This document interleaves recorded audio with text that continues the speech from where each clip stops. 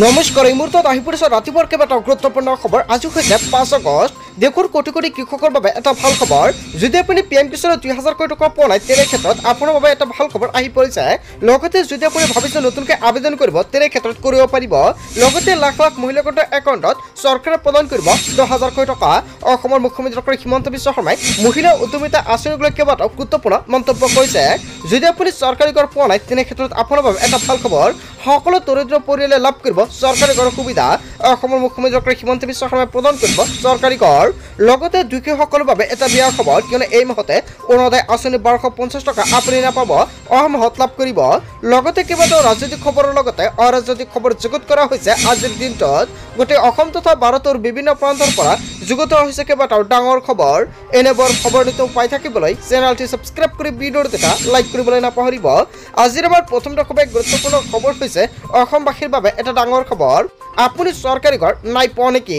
বিশেষ 7টা পদ্ধতিৰে যাওক আৰু চৰকাৰী পকীঘৰৰ বাবে আবেদন কৰক। ৰাজ্যৰ চৰকাৰী ঘৰ নোপোৱা লাখ লাখ লোকৰ বাবে ডাঙৰ খবৰ আহি পৰিছে। শীঘ্ৰে সাজু কৰক নথিপত্ৰ, সাজু কৰক PAN card, Aadhaar card, ration card, bank account, সক্ৰিয় ফোন নম্বৰ, ইনকাম চাৰ্টিফিকেট ইত্যাদি।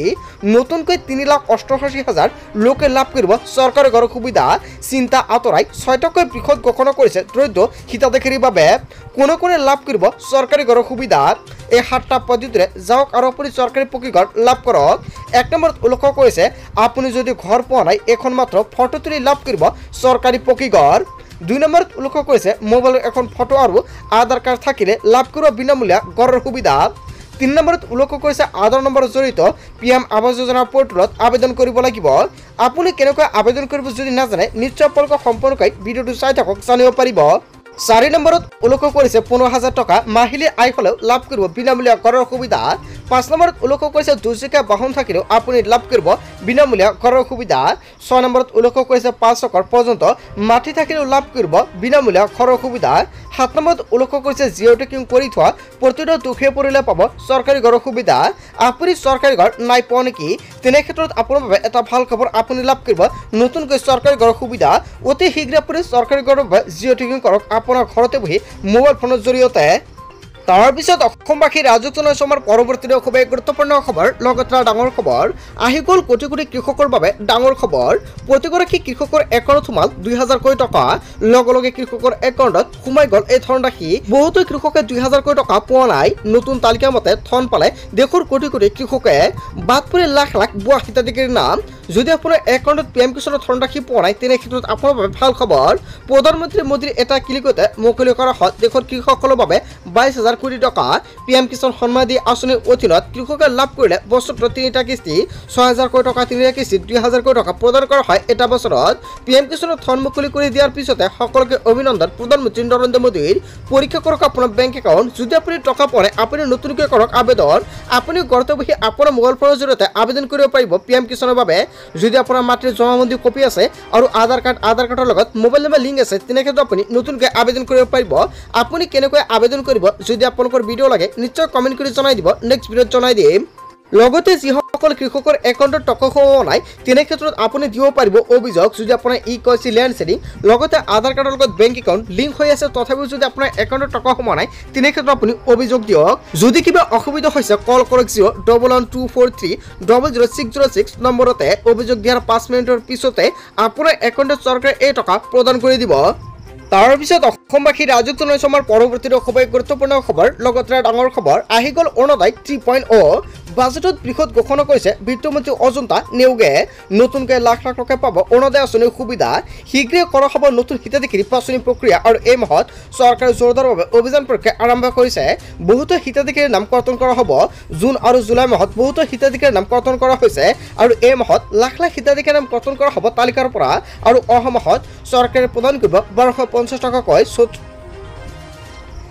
17 ছেপ্টেম্বৰত লাখ লাখ মহিলাৰ একাউণ্টত 1250 টকাকৈ প্ৰদান কৰিব। এই বছৰত 37.2 লাখতকৈ বৃদ্ধি হ'ব হিতাধিকাৰীৰ সংখ্যা। 2023 চনত হিতাধিকাৰীৰ সংখ্যা আছিল 18 লাখ। অৰুণোদয় আঁচনি 2.0 2024 চনত 24 লাখলৈ বৃদ্ধি হ'ল হিতাধিকাৰীৰ সংখ্যা। মহিলা সবলীকৰণৰ বাবে অৰুণোদয় আঁচনি লৈছে ভূমিকা আৰু বিধৱা পেঞ্চন অৰুণোদয়ৰ ধন সম্পাৰ্জন হ'ব। 5,000 কোটি টকা ধাৰ্য অৰুণোদয় আঁচনি 3.0 বাবে নতুনকৈ আকৌ হ'ব আবেদন। লাখ লাখ মহিলাই নতুনকৈ পাব সুবিধা। যদি আপুনি ভাবিছে নতুনকৈ আবেদন কৰিব পাৰিব। বাজেটত বৃহৎ ঘোষণা কৰিছে বিত্তমন্ত্ৰী অজন্তা নেওগে। লাখ লাখ মহিলাৰ নাম গঠন কৰা হ'ব এই মাহত আৰু অহা মাহত চৰকাৰৰ ফালৰ পৰা প্ৰদান কৰা হ'ব 1250 টকাকৈ। এই মাহতে অৰুণোদয় আঁচনিৰ টকা প্ৰদান নকৰে। এই মাহত অৰুণোদয় আঁচনিৰ টকা বন্ধ ঘোষণা কৰিছে অসমৰ মুখ্যমন্ত্ৰী ডক্টৰ হিমন্ত বিশ্ব শৰ্মাই। তাৰ পিছত অসমবাসী ৰাজুক জনাইছে আমাৰ পৰৱৰ্তী খুবেই গুৰুত্বপূৰ্ণ খবৰ। লগতে ডাঙৰ খবৰ, অক্টোবৰৰ পৰা অন্যান্য সামগ্ৰী লাভ কৰিব হিতাধিকাৰীয়ে। 1 কিলো চেনি, 1 কিলো মচুৰ, 1 কিলো নিমখ, 5জনতকৈ সদস্য থকা পৰিয়ালে অতিৰিক্ত সামগ্ৰী দিয়াৰ সিদ্ধান্ত গ্ৰহণ কৰিছে চৰকাৰে। প্ৰতি কেজি মচুৰ দাইল লাভ কৰিব 25 টকাত, প্ৰতি কেজি চেনি লাভ কৰিব 20 টকাত আৰু প্ৰতি কেজি নিমখ লাভ কৰিব 10 টকাকৈ ৰাজসাহায্য পাব হিতাধিকাৰীসকলে। প্ৰতিটো সামগ্ৰীৰ মূল্যৰ সূচনাংকৰ ওপৰত ভিত্তি কৰি ভিন্ন হ'ব মূল্যৰ সূচনাংক। লগতে সুলভ মূল্যৰ দোকানৰ ক্ষেত্ৰতো আহি গ'ল নতুন নিয়ম। আনুষংগিক আৰু কমিশ্যন আৰু পৰিবহণ বেংক আদায় দিয়া হ'ব দোকানসমূহলৈ আৰু ইয়াৰ বাবে এইবাৰ চৰকাৰে বাজেট ধাৰ্য কৰিছে 370 কোটি টকা। অক্টোবৰৰ পৰা অন্যান্য সামগ্ৰী লাভ কৰিব হিতাধিকাৰীসকলে। যদি আপোনাৰ ৰেচন কাৰ্ড আছে আপোনাৰ বাবে এটা ভাল খবৰ। যদি আপুনি নতুনকৈ আবেদন কৰিছে নিশ্চয় আপুনি ৰেচন কাৰ্ডৰ সুবিধা লাভ কৰিব এই মাহতে। তাৰপিছত অসমবাসী ৰাজুক জনাইছে আমাৰ পৰৱৰ্তী খুবেই গুৰুত্বপূৰ্ণ খবৰ। লগতে ডাঙৰ খবৰ, এইফালে উচ্ছেদ আনফালে উজনিত অভিযান। এনেদৰে টাৰ্গেট কৰা বন্ধ কৰক। অসমত গৃহ বিভাগ আছে নে নাই কেইবাটাও গুৰুত্বপূৰ্ণ হুংকাৰ প্ৰদান কৰিছে আমচুৰ তৰফৰ পৰা। সন্দেহ কৰা কোনো বাংলাদেশী নহয় চেলেঞ্জ আমচুৰ। উজনিৰ মিয়া বিৰোধী আন্দোলনৰ বিৰোধিতা আমচুৰ। অভিযানৰ নামত অসমবাসীক কৰা অত্যাচাৰ সহ্য কৰা নহ'ব। ৭১ৰ আগৰ সকলো লোকে সন্মানেৰে থকাৰ অধিকাৰ আছে। এই অধিকাৰ ভাৰতীয় সংবিধানত আছে বুলি উল্লেখ কৰিছে। ইয়াত কোনেও বাধা দিব নোৱাৰে। উজনিৰ অভিযান অসম আৰু অসমীয়াৰ কাৰণে ভাল লক্ষণ নহয়। কোনো ভাৰতীয় নাগৰিকক বাংলাদেশ পাৰ কৰাই দিয়াৰ অধিকাৰ কাৰো নাই। এজন মানুহক বাংলাদেশী ক'লে বাংলাদেশী হৈ নাযায়। যিসকলে একাংশ লোকক সন্দেহ কৰে তেওঁলোক চেলেঞ্জ আমচুৰ হয়। বন্ধুসকল, তেওঁলোকক আমচুৱে চেলেঞ্জ কৰিছে। এজনো বাংলাদেশী আছে যদি প্ৰমাণ কৰি দেখুৱাওক। চৰকাৰী ভূমিত কেৱল সংখ্যালঘু সকলে বসবাস কৰি থকা নাই। উজনিত অভিযানক লৈ কেইবাটাও গুৰুত্বপূৰ্ণ মন্তব্য কৰিছে হয় বন্ধুসকল। উজনিৰ অভিযানক লৈ ক্ষোভ প্ৰকাশ কৰিছে আমচুৰ সভাপতি ৰেজাউল কৰিম চৰকাৰে। তাৰ পিছত অসমবাসী ৰাজুক জনাইছে আমাৰ পৰৱৰ্তী খুবেই গুৰুত্বপূৰ্ণ খবৰ। লগতে ডাঙৰ খবৰ, আমচুৰ ৰাজপথ কপালেও ক্ষতি নহয় ৰাজ্যৰ। অসমৰ মুখ্যমন্ত্ৰী ডক্টৰ হিমন্ত বিশ্ব শৰ্মাই হুংকাৰ প্ৰদান কৰিছে আমচুক। ৰাজপথ কপালে ভাল, কঁপিব ৰাজপথ, তাতে আমাৰ একো ক্ষতি নহয়। আমচুৰ প্ৰতিবাদৰ ফলত একো অসুবিধা নহয় আমাৰ বুলি মন্তব্য কৰিছে মুখ্যমন্ত্ৰী ডক্টৰ হিমন্ত বিশ্ব শৰ্মাই। ৰাজ্যত চলি থাকিব উচ্ছেদ, সাজু আছে তালিকা। পুৰণা সৰ্থেবাৰীত আছে কেইবা হাজাৰ ভূমি দখল, তাতো শীঘ্ৰে চলিব উচ্ছেদ অভিযান। বেদখলকাৰী য'ৰ পৰা আহিছে তালৈ যাওক, কিন্তু আমাৰ মানুহে তেওঁলোকক দিব নালাগে আশ্ৰয়। আমচুৰ প্ৰতিবাদত এইবাৰ কেইবাটাও গুৰুত্বপূৰ্ণ মন্তব্য কৰিছে অসমৰ মুখ্যমন্ত্ৰী ডক্টৰ হিমন্ত বিশ্ব শৰ্মাই। তাৰ পিছত অসমবাসী ৰাজুক জনাইছে আমাৰ পৰৱৰ্তী খুবেই গুৰুত্বপূৰ্ণ খবৰ। লগতে ডাঙৰ খবৰ, শৃংখল চলিহা আৰু চিতু বৰাৰ বিৰুদ্ধে এজাহাৰ দাখিল। সংখ্যালঘু সংগ্ৰাম পৰিষদে দাখিল কৰে এজাহাৰ। গৃহ বিভাগ থকা সত্ত্বেও এই দুটা দল সংগঠনে যিকোনো কাম আৰম্ভ কৰিছে। তেওঁলোকে অত্যাচাৰ কৰি মিয়াক উজনিৰ পৰা আঁতৰাই পঠিয়াইছে। সংখ্যালঘু সংগ্ৰাম পৰিষদে ইয়াৰ বিৰুদ্ধে থানাত এজাহাৰ দাখিল কৰে। এয়া আপোনালোকৰ বীৰত্ব নহয়। আমাৰ ওপৰত অত্যাচাৰ কৰিব আমি মনে মনে বহি নাথাকো। চিতু বৰা আৰু শৃংখল চলিহাৰ বিৰুদ্ধে যদি ব্যৱস্থা কৰা নহয় আমি দাখিল কৰি থাকিম এজাহাৰ। অসমীয়া সংখ্যালঘুৰ লগত কৰা এনে অত্যাচাৰ মানি লোৱা নহ'ব হয় বন্ধু-বান্ধৱীসকল। এনেকুৱাকৈ হুংকাৰ প্ৰদান কৰা হৈছে। তাৰ পিছত অসমবাসী ৰাজুক জনাইছে আমাৰ পৰৱৰ্তী খুবেই গুৰুত্বপূৰ্ণ খবৰ। লগতে ডাঙৰ খবৰ, কান্দিব লাগিব আমি হয় বন্ধু-বান্ধৱীসকল। অসমৰ মুখ্যমন্ত্ৰী ডক্টৰ হিমন্ত বিশ্ব শৰ্মাই ডাঙৰ মন্তব্য কৰিছে। কান্দিব লাগে আমি, কান্দিছে বেদখলকাৰীয়ে। কেৱল এয়াই নহয়, বহু ঠাইত আমাৰে মাটিৰ পট্টা নাই। অসমৰ মুখ্যমন্ত্ৰী ডক্টৰ হিমন্ত বিশ্ব শৰ্মাই ডাঙৰ মন্তব্য কৰিছে সংবাদমেলযোগে। তেওঁলোকে শবিঘা ভূমি লৈছে। ৰাজ্যত লাভ জেহাদ লেণ্ড জেহাদ একেলগে চলাইছে সন্তোষজনক লোকে। অত্যাচাৰ আমি কৰা নাই, আমাৰ ওপৰতহে অত্যাচাৰ হৈ আছে। আমাৰ ওপৰতহে লাভ জেহাদ হৈ আছে, লেণ্ড জেহাদ আমাৰ ওপৰতে হৈ আছে। মই নিজেই প্ৰত্যক্ষ কৰি আছোঁ উৰিয়ামঘাটৰ পৰিস্থিতি। একোজন বেদখলকাৰীয়ে দখল কৰি আছিল 500 বিঘা ভূমি। বাক্সাত অসমীয়া মানুহে মাটিৰ পট্টা পোৱা নাই, কিন্তু একোজন বেদখলকাৰীয়ে দখল কৰি আছে 100 বিঘা ভূমি।